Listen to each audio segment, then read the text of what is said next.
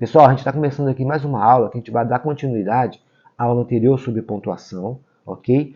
Para você que está aí com afinco, né? Começando o ano de 2025, focado, querendo passar no concurso público, se preparando para a prova de Enem, assistam às aulas que eu estou preparando de agora em diante, que são aulas específicas para estas provas. Eu vou te ajudar e você vai me ajudar se inscrevendo no meu canal e dando like nos meus vídeos, compartilhando, vai ser uma troca. Se dependerem de mim, vocês vão ter sucesso na prova de vocês, ok?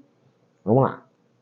E o primeiro sinal nosso de hoje é o ponto. O ponto não é tão difícil, o ponto todo mundo sabe, que é para encerrar uma ideia, né? Quando a gente finaliza uma frase declarativa. Vamos olhar aqui na prática. Olha, a definição de ponto é a seguinte. Ponto. Marca o fim de uma ideia completa em frases declarativas. É utilizado também nas abreviações, tá? Então, essa ideia, quando a gente fala, dependendo da nossa intenção, tá bom? Qualquer frase declarativa, ela é encerrada por ponto. Quando eu falo que depende da nossa intenção, porque se a gente tiver com uma emoção, né? Ou se a gente estiver querendo fazer uma pergunta, a gente vai colocar o ponto de exclamação ou o ponto de interrogação. Não havendo essas intenções, a gente vai encerrar a frase com ponto, ok? Olha o exemplo que eu trouxe aqui, ó. A prova começará às 14 horas. Ó, uma frase declarativa. Ele decidiu estudar para o concurso. Novamente, frase declarativa. Senhor João, informamos que seu voo foi cancelado. Nós temos dois pontos aqui. Por quê? Porque um ponto aqui, ó, ele vai ser usado na abreviação, né, da palavra senhor, ok? E aqui quando se encerra a ideia, tá? E algumas pessoas, ou muitas, né, não sei, tem dúvida quando que é ponto continuativo, né, o ponto parágrafo e o ponto final, certo? Então, olha só, quando você está dentro do parágrafo escrevendo, né, e você encerrou uma ideia, ponto. Mas se você vai continuar falando sobre esse mesmo assunto, vai estar dando continuidade, apenas uma pausa um pouco maior, você botou o ponto, você continua na mesma linha, ok? Mudou de assunto, tá? Acabou de falar de laranja, vai falar de abacaxi agora, dá um ponto parágrafo e vai para o outro parágrafo, ok? E assim por diante. Quando terminar o texto inteiro, ponto final, tá bom? Então, a gente só vai mudar de parágrafo quando a gente vai trocar de assunto. No texto dissertativo argumentativo. Terminou a ideia da introdução, ponto. Parágrafo, porque você vai começar agora a argumentação. Argumento 1, concluído, ponto parágrafo. Argumento 2, concluído, ponto parágrafo. Conclusão, ponto final. Seria isso, tá? Bom, então vamos ver então para que servem os dois pontos, né? A definição fala, ó, introduzem falas de personagens, explicações, enumerações ou citações. A gente vai usar os dois pontos para anunciar aquilo que vem pela frente, que ainda vai vir. Exemplo. O professor disse, a vírgula é essencial para a clareza do texto. Repare que eu vou introduzir aqui uma fala, então a gente vai usar os dois pontos. É muito usado na narrativa, no romance, né, nos quais tem muitos diálogos, né, e aí a gente vai usar os dois pontos e travessão, que vai iniciar a fala. Esse daqui, então, é o exemplo de fala de personagens. Comprou 2 presentes, tá vendo? E aí eu vou dizer quais são os presentes, vou explicar quais são os presentes, né? Vou esclarecer um livro e uma caneta, tá vendo? Então eu uso 2 pontos aqui, tá? Para as viagens precisamos de várias coisas. Ó, 2 pontos porque eu vou começar uma enumeração, eu vou dizer o que vai ser levado nessa viagem, tá bom? Enumeração. Como disse Aristóteles, um homem é um animal político. Olha, eu vou fazer uma citação, né, que é quando a gente usa a fala de alguém, a gente coloca entre aspas, aspas está na aula anterior, aspas cai na prova de concurso público, então eu sugiro que você assista a aula também, tá? Mas aqui, ó, eu coloquei entre aspas, então, porque é uma citação, e eu usei os 2 pontos para eu poder citar. Então, esses daqui são os casos em que a gente vai fazer uso desse sinal tão importante, 2 pontos. O próximo é o ponto e vírgula. Eu tenho um trecho muito interessante do Luiz Fernando Veríssimo que eu vou ler para vocês agora. Jamais usei ponto e vírgula. Já usei outro sim. Acho que já usei até deveras. E vivo cometendo advérbios. Mas nunca me animei a usar ponto e vírgula.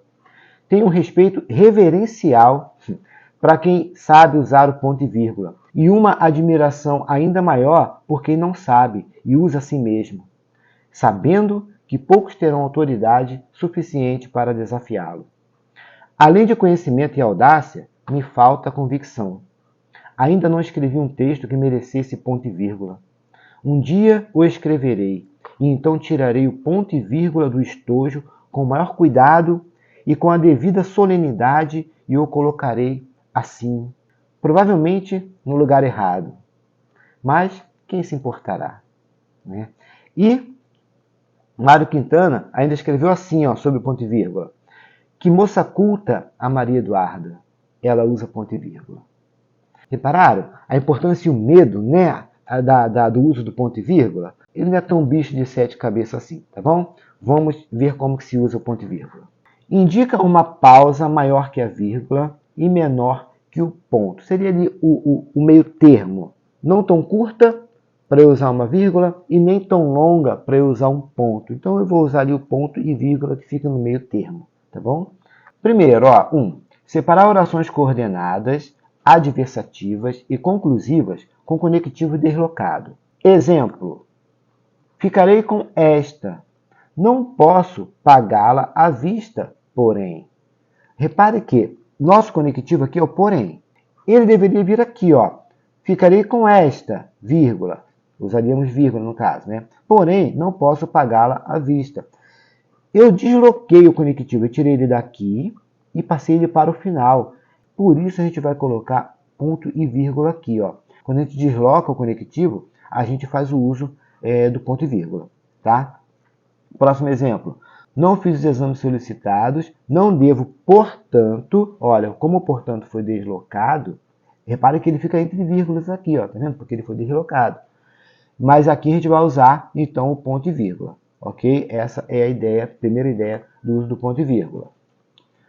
2. Separar orações coordenadas cuja conjunção é igual ao conectivo, conjunção é um conectivo, tá legal?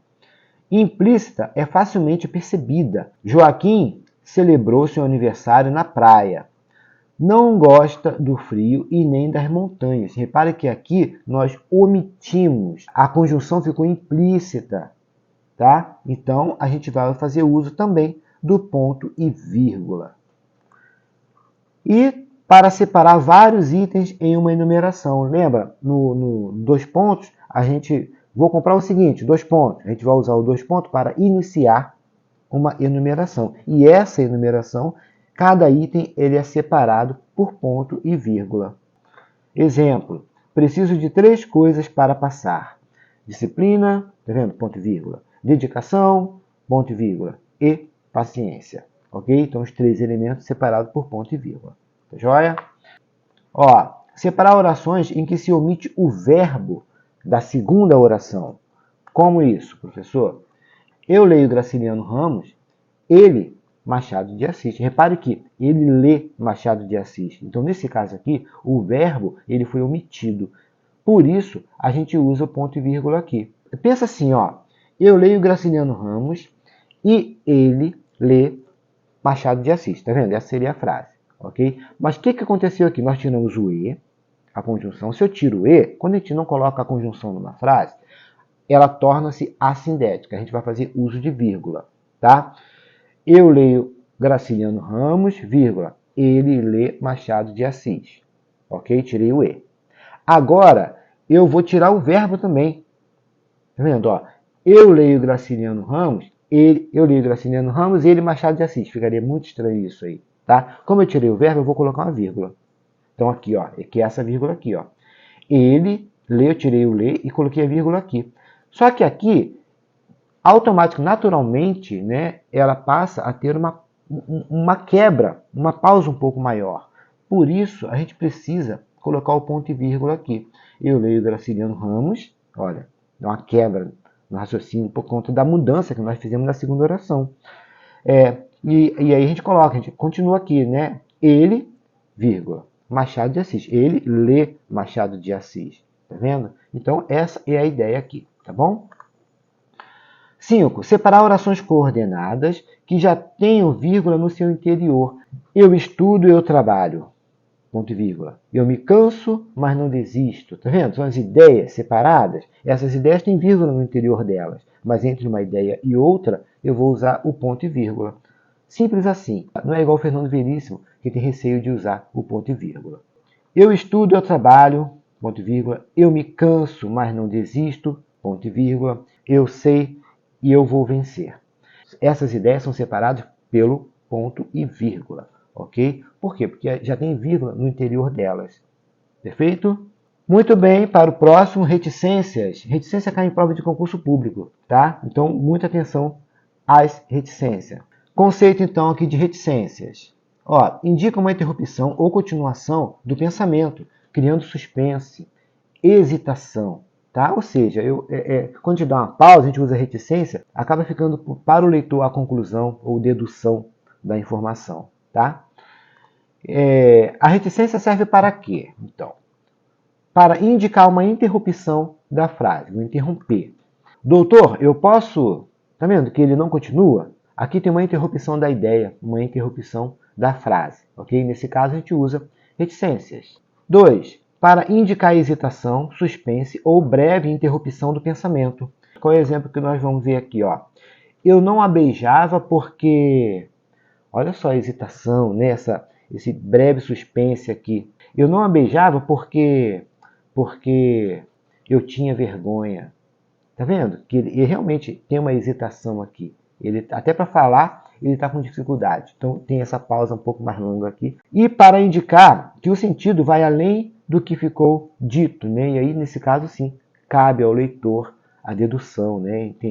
Adivinhar o que seria dito. Na reunião, falaram sobre cortes, metas, demissões, e aí quem está lendo é que vai deduzir. Travessão, gente.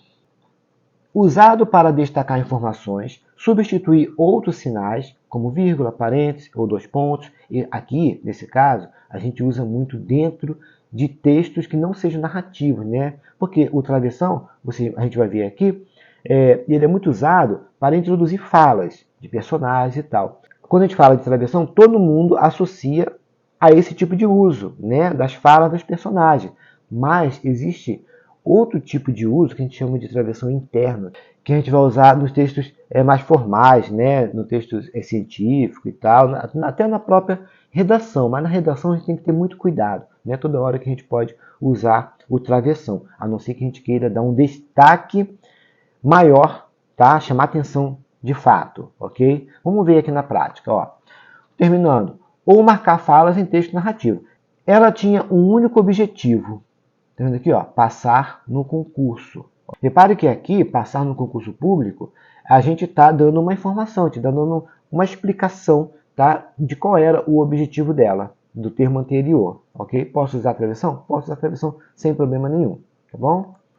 O palestrante afirmou, e todos concordaram, que a educação é transformadora.